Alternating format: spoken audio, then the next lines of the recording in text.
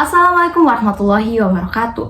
Perkenalkan, nama saya Putri Olivia Siregar dengan NIM 2501081013 dari kelas Teknik Komputer 1A. Di sini saya akan mempresentasikan tabel normalisasi struktur belanja yang telah saya buat.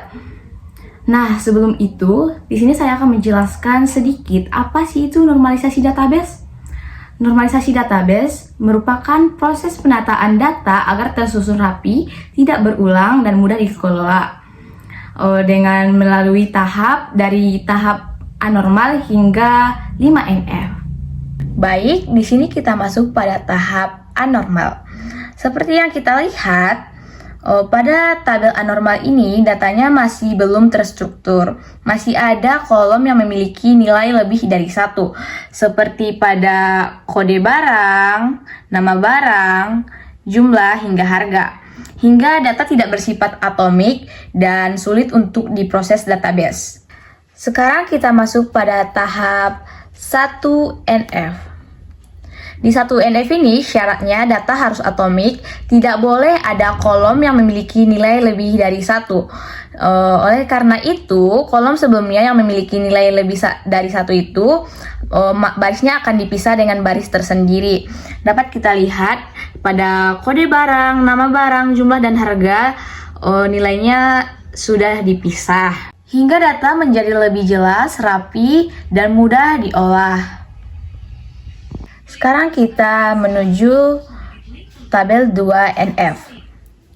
Di tabel 2NF ini memiliki syarat, yaitu dia harus memenuhi 1NF dan tidak memiliki ketergantungan parsial. Di sini digunakan primary key gabungan, contohnya pada nomor struk, kode barang, guna untuk memastikan bahwa tabel tersebut bersifat unik. Dan untuk atribut yang tidak terlalu bergantung pada primary key itu tabelnya dipisahkan supaya tidak terjadinya perulangan. Selanjutnya pada tabel 3NF. Pada tabel 3NF ini memiliki syarat, yaitu dia harus sudah 2NF dan tidak boleh memiliki ketergantungan transitif. Contohnya pada tabel alamat. Pada tabel alamat ini dia memiliki ketergantungan pada pelanggan, bukan pada transaksi, sehingga dibuat tabel ID pelanggan sebagai primary key-nya. Nah, pertanyaannya, kenapa harus ada ID pelanggan? Kenapa harus ada penambahan tabel? Kenapa tidak nama pelanggan saja sebagai primary key? Jawabannya karena nama pelanggan tidak cukup unik untuk dibuat menjadi primary key yang harus bersifat unik. Karena bisa saja nama pelanggan Putri banyak dan tidak cuma 1, maka dari itu ditambahlah tabel atau kolom ID pelanggan.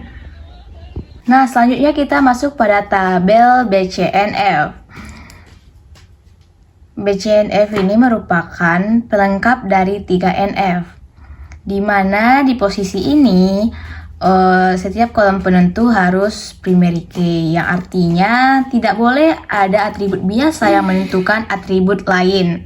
Baik, selanjutnya kita akan masuk pada tahap 4NF. 4NF ini memiliki syarat, yaitu database-nya sudah harus 3NF dan tidak memiliki multi-value dependency. Di sini, data kasir dipisah ke tabel kasir. Karena kasir merupakan data independen yang dapat menangani banyak transaksi, sehingga tidak perlu diulang di setiap transaksi. Baik, selanjutnya kita akan ke tahap terakhir, yaitu 5NF. Pada 5NF ini, database sudah berada pada bentuk paling ideal karena tidak memiliki join dependency. Semua tabel disusun sedemikian rupa sehingga dapat digabung kembali tanpa kehilangan informasi dan tanpa menimbulkan redundansi data. Baik, sekian dari presentasi saya. Saya Putri Olivia Siregar, pamit undur diri. Wassalamualaikum warahmatullahi wabarakatuh.